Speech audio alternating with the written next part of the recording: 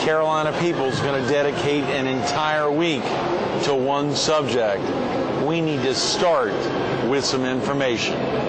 Find out what it's all about coming up next on Carolina People.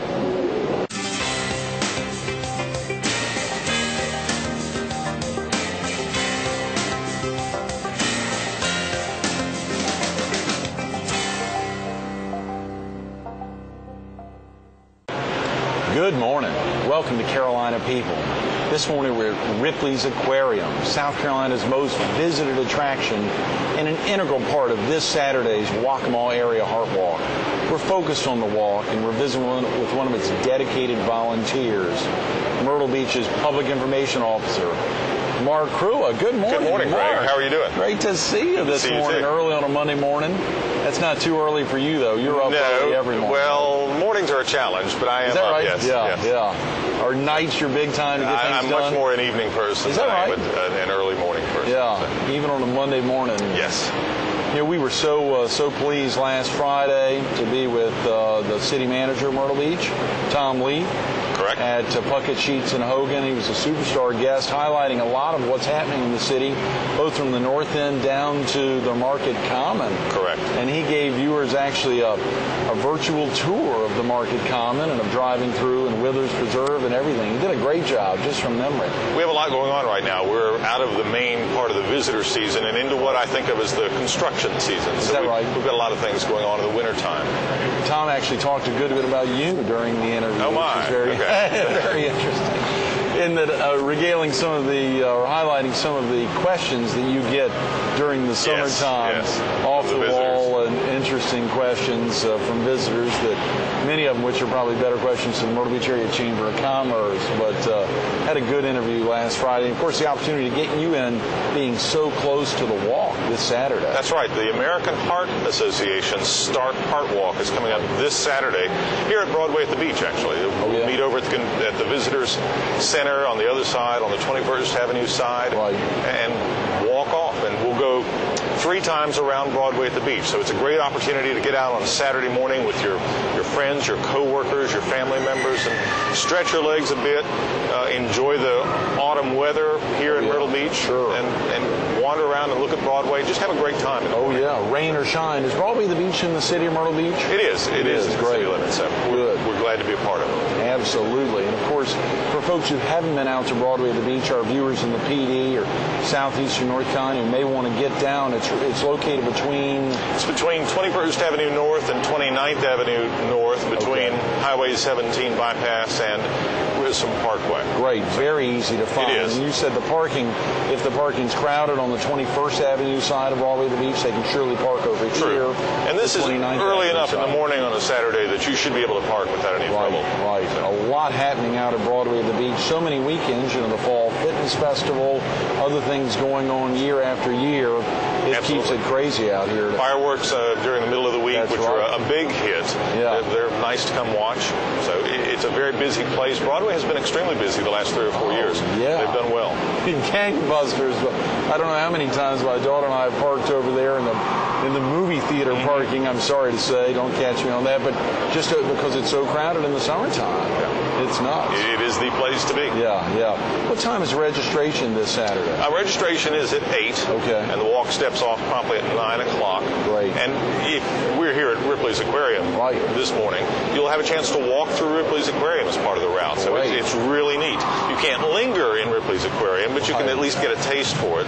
Sure. Have a chance to walk through and see some of the exhibits here at Ripley's as well. Folks who hadn't been here before. And the city of Myrtle Beach has a lot of great fundraising activities going on. We do. Leading up to this Saturday's walk. Everybody's got causes. I have 3 or 4 things that I support on a regular basis, and one of those is the American Heart Association.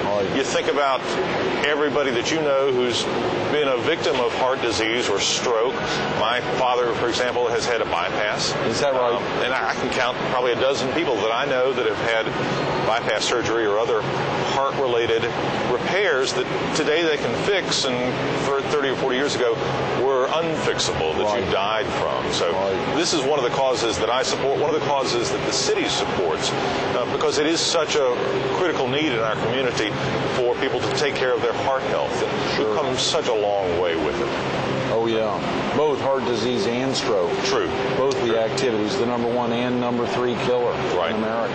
And we do some fun stuff with the city of Myrtle Beach. We've tried a variety of things. We did a chicken bog cook-off one year. I remember that. Very popular. It was. I ate a lot of chicken bog. I ended up being a judge for that. Is that right? We'll do a team shirt now for the second year. We have people who make a contribution to the Heart Association. That's certainly more than the cost of a T-shirt, but we'll put a T-shirt together with everybody's name who makes a contribution on that shirt, and they'll get a copy of the shirt as well. So that's a neat idea, too. Wow. In some places, we can't all do a dress-down day, obviously. Right. City Hall doesn't actually do a dress-down day, but some parts of the city are capable of doing that, and they'll participate in that way. We've just got a lot of fun activities that our staff members do as part of the American Heart Association. What is your role exactly with this year's Heart Walk, Mark? Well, I coordinate the city's effort, but I'm also the coordinator for the governmental groups here in Horry County. Great. Bill McCown, who'll be with us later this week, who's the co-chair from the town of Surfside. Right. So we work with Surfside, the county, and North Myrtle Beach to help them participate in the Heart Walk. Sure. That's tremendous. Well, there's so many groups that are obviously interested. And if you remember years ago when the walk was in honor of Danny Knight and Sheriff Philip Thompson, big year when Horry County really wrapped around it. And I think Liz Gillen was co-chairing with Marilyn Hatley, the Honorable Marilyn Hatley. That's right. Liz Gillen. Liz was part of that as well. Folks, a lot of folks on the governmental side who really wrap around fighting heart disease and stroke. It is a fun thing to do, but it's also something that we deal with from an employee standpoint, a staff member standpoint. We're responsible for the health care of our employees, and that's something that we try to educate them about, and how to eat healthy and take care of themselves so that we can keep our health care expenses down. That's something that all employers have to think about as well. So. Great point. Absolutely. I understand with the registration an hour earlier this year at 8 o'clock and the walk starting an hour earlier at 9, there's some other great activities that will be happening over at the Visitor Center. Share with viewers who may not have been out to the walk before one of the reasons they need to be here this Saturday. It's a fun thing to do both before and after the walk. There's cheerleading that goes on before. Then afterwards there are some prize things, and it's just a fun time to gather with everybody and share an opportunity to get out and do something healthy. You also get to walk 3 miles, which is a great thing that morning, too. That's right. I think in trying to prep this morning for the interview, of course, highlighting some of the different booths, the Celebrate Success area, the Create Hope, and of course, the Future Challenge, the Inspire Change area. Very important. So there's a little focus there in each of these areas. I understand a lot that has to happen to get ready for each of those, and a lot of free things that will be occurring. They will. They'll have snacks for everybody after the walk so that you can recharge your batteries, if you will, after you've exercised. And people bring their children in strollers and their youngsters out. It really is a nice time. It's a good event for the community. Real quick about yourself, Mark. Are you originally from the area? No, I grew up in North Carolina. Good. So I've been down here about 9 years, 10 years in Myrtle Beach. Is that right? Almost a decade. Almost a decade in Myrtle Beach. Yes. Officer? Wow. And then I spent 8 or 9 years in the upstate as well, in the Greenville-Spartanburg area. Okay. Have you always worked with the governmental bodies, or? No, I've been in the news media a fair amount, both radio and television. And then done some public relations, some information things on the other side of the desk. Sure. That's fantastic. What was it, anything in an early age that got you interested in the news media? No, I started in high school. My part-time job in high school was as a radio disc jockey. A DJ? Yeah, beginning at age 15. I did that part-time all the way through high school. Right. And that sort of gave me the taste for the news media, I guess, at that point. That's tremendous. I'm a better news person than I am a disc jockey. Do you miss being on the air as a DJ? I don't miss it. That was a fun job, though. Yeah. Where was that? Working in radio. I was in Salisbury, North Carolina. Salisbury, yes. Sure. That's actually in the Charlotte radio market, I believe. It is. So you were hearing a lot of folks were hearing you in the morning. Well, it was a long time ago. Were you a late night guy? A long time ago, too. Yeah. No, it was mornings. I did mornings on Saturday and Sunday. Signed the station on Sunday. So. That's amazing. Wow. A lot happening in the city right now. Some of the big things that Tom Leith, the city manager, talked about on last Friday, of course, the Market Common down on the south end, and which is, I think, planning for an opening in April. Correct. It's a coming lot along of the very well. Share with viewers a little bit about who may have missed his interview. We've got about 10, 15 minutes. Sure. Who may have missed his interview on Friday. If you haven't been through Faro Parkway, which is the main road that wanders through the former Air Force Base, take a drive down it. It's beautiful. It has trees and lights and wide multi-purpose paths that you can bike and jog. It's becoming a center for the community. Everybody is gravitating towards that. There's a large park area. We've got about 100 acres of parkland. Is that right? 100 acres? Correct. Wow. And then Market Common is coming along well. They're coming out of the ground. They'll be ready for an opening in April. I think you'll see a number of stores, and it's sort of an old-fashioned concept in that you've got people who live in the area. You can walk to your destination. Traditional neighborhood development is what we think of it as a former town center.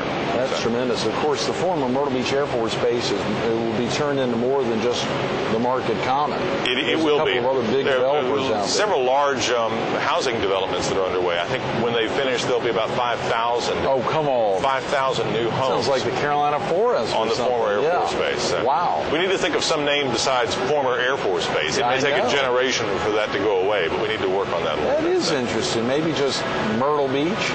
Myrtle Beach, that would work. Yeah. The Market Common may be the center point for all of that, too. Right, yeah. I'll be interested. Of course, there's an entrance coming off of the former bypass, or off the bypass. Off the bypass. There's one at the back gate, or the former back gate, but then there'll be one a little farther south from that will lead all the way through the Market Common to Faro Parkway. That is tremendous. Is there going to be some road work, Mark, planned around the former back gate of the Air Force There Base? is. That's one of the county's projects as part of the 1 cent sales tax addition. There will be an interchange there, a flyover. That's county land, though. That's county. Right. Well, part of it's in the city. That little triangle right there is in the city. Okay. But there will be a flyover interchange. So is that right? Yes, so that you'll be able to get through that back gate without any trouble. That's tremendous. You have no idea the timeline on that, though. They're doing the engineering now. I think it may be 4 or 5 years before it's complete. Right, sure. Before it's finished, but they're doing the engineering work now. So it's a priority. A lot of other things, of course, on the north end of Myrtle Beach as well. I think Tom talked something about Grand Dunes. Right. And much of that. Any other big happenings going on in the city right now? We have a lot going on all the time. Underground utility work is underway in the wintertime. Ocean Boulevard has been transformed. Most of Ocean Boulevard in the Hotel District is now underground. It's beautiful. Take a drive down Ocean Boulevard and look at that. And the new streets that we've built, Harrelson,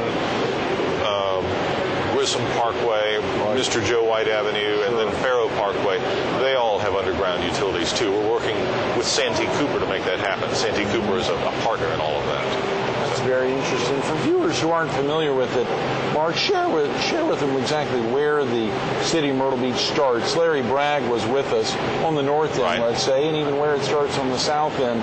Larry Bragg was with us for about an hour a couple of weeks ago and shared with us a little sense of it from the Community Appearance Board's perspective, where, of course, you know you're leaving the city when you enter a certain area, or, of course, you know you're entering the city when you're coming from another side. Where does the city begin?